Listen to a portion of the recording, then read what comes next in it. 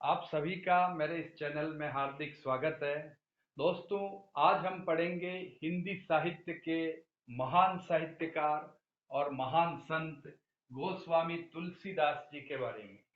पिछली वीडियो में हमने गोस्वामी तुलसीदास जी का जीवन परिचय पढ़ा था। इस वीडियो में हम पढ़ेंगे इनका साहित्यिक परिचय। 5 मिनट का वीडियो है। 5 मिनट के वीडियो में तुलसीदास जी के साहित्य से जुड़ी जो मोटी मोटी बातें हैं, जो इम्पोर्टेंट है, वो मैं आपको बताने जा रहा हूं।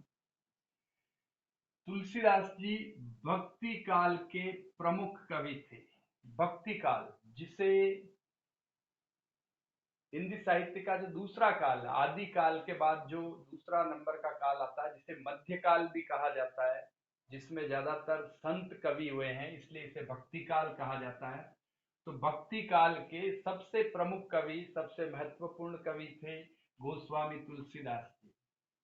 गोस्वामी तुलसीदास जी भक्ति काल में जो सगुण भक्ति धारा है, सगुण भक्ति धारा, भक्ति काल में भी सगुण और निर्गुण दो भक्ति धाराएं थी। सगुण भक्ति धारा में राम भक्ति के प्रमुख कवि हुए। भगवान राम के परम भक्त थे, बहुत बड़े संत थे और एक समाज सुधारक भी थे। गोस्वामी तुलसीदास जी ने हिंदी में बहुत बड़ा साहित्य लिखा है। इन साहित्य की जो भाषा है वो है अवधी और ब्रज भाषा। गोस्वामी तुलसीदास जी का सबसे प्रमुख और अद्भुत ग्रंथ है रामचरितमानस।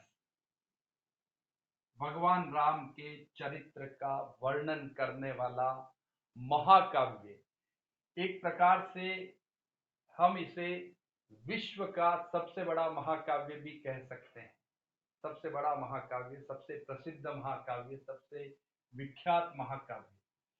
तुलसीदास जी को हिंदी साहित्य में सबसे ज्यादा प्रसिद्धि मिली रामचरितमानस से। रामचरितमानस इनकी सबसे प्रमुख, प्रसिद्ध और अद्भुत रचना है।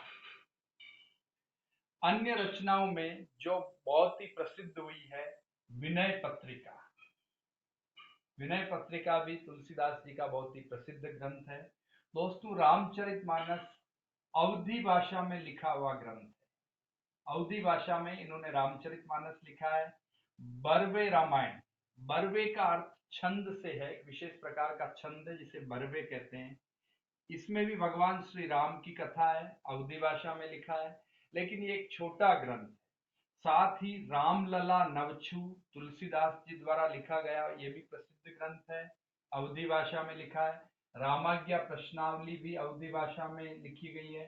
पार्वती मंगल अवधी भाषा में लिखा गया ग्रंथ है और जानकी मंगल भी अवधी भाषा में लिखा गया ग्रंथ है। दोस्तों, रामचरितमानस के बाद सबसे प्रसिद्ध जो इनकी रचना है गोस्वामी जी की, वो है विनय पत्रिका।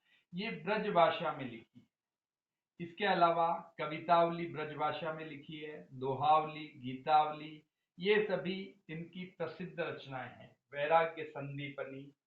तो कुल मिलाकर हिंदी साहित्य के भक्ति काल के, यानी मध्यकाल के सबसे बड़े, सबसे प्रसिद्ध हिंदी के साहित्यकार हुए हैं, कवि हुए हैं और भगवान राम के परम भक्त हुए हैं। तो दोस्तों, मेरी इस वीडियो को आप हिंदी के अन्य जो स्टूडेंट्स हैं उनके साथ शेयर करें। धन्यवाद दोस्तों।